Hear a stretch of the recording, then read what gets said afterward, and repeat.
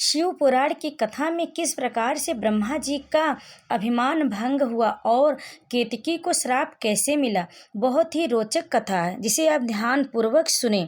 महादेव जी बोले, पुत्रों, मैं जानता हूँ कि तुम ब्रह्मा और विष्णु के परस्पर युद्ध से बहुत दुखी हो।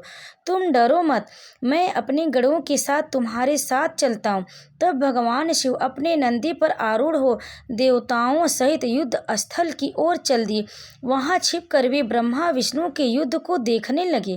उन्हें जब यह ज्ञात हुआ कि वे दोनों एक दूसरे को मारने की इच्छा से महेश्वर और पाशुपात अस्त्रों का प्रयोग करने जा रहे हैं, तो वे युद्ध को शांत करने के लिए महाअग्नि के तुल्य एक स्तंभ रूप में ब्रह्मा और विष्णु के मध्य खड़े हो गए। महाअग्नि के प्रकट होते ही दोनों के अस्त्र स्वयं ही शांत हो गए। अस्त्रों को शांत होते देखकर ब्रह्मा और विष्णु दोनों कहने लगे कि इस अग्नि स्वरूप स्तंभ के बारे में हमें जानकारी करनी चाहिए। दोनों ने उसकी परीक्षा लेने का निर्णय लिया। भगवान विष्णु ने सूकर रूप धारण किया और उसको देखने के लिए नीचे धरती में चल दिए। ब्रह्मा जी हंस का रूप धारण करके ऊपर की ओर चल दिए।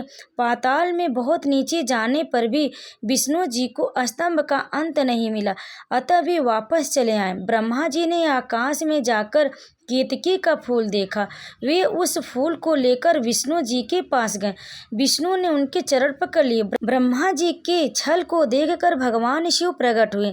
विष्णु जी की महानता से शिव प्रसन्न होकर बोले, हे विष्णु जी, आप सत्य बोलते, अतः मैं आपको अपनी समानता का अधिकार देता हूँ। नंदकेश्वर बोले, महादेव जी ब्रह्मा जी के छल पर अत्यंत क्रोधित हुए। उन्होंने अपने त्रिनेत्र तीसरी आंख से भैरव को प्रकट किया और उन्हें आज्ञा दी कि वह तलवार से ब्रह्मा जी को दंड दे।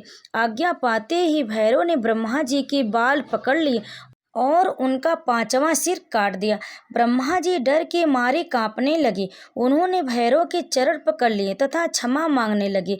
इसे देखकर श्री विष्णु ने भगवान शिव से प्रार्थना की कि आपकी कृपा से ही ब्रह्मा जी को पांचवा सिर मिला था, अतः आप इन्हें क्षमा कर दे।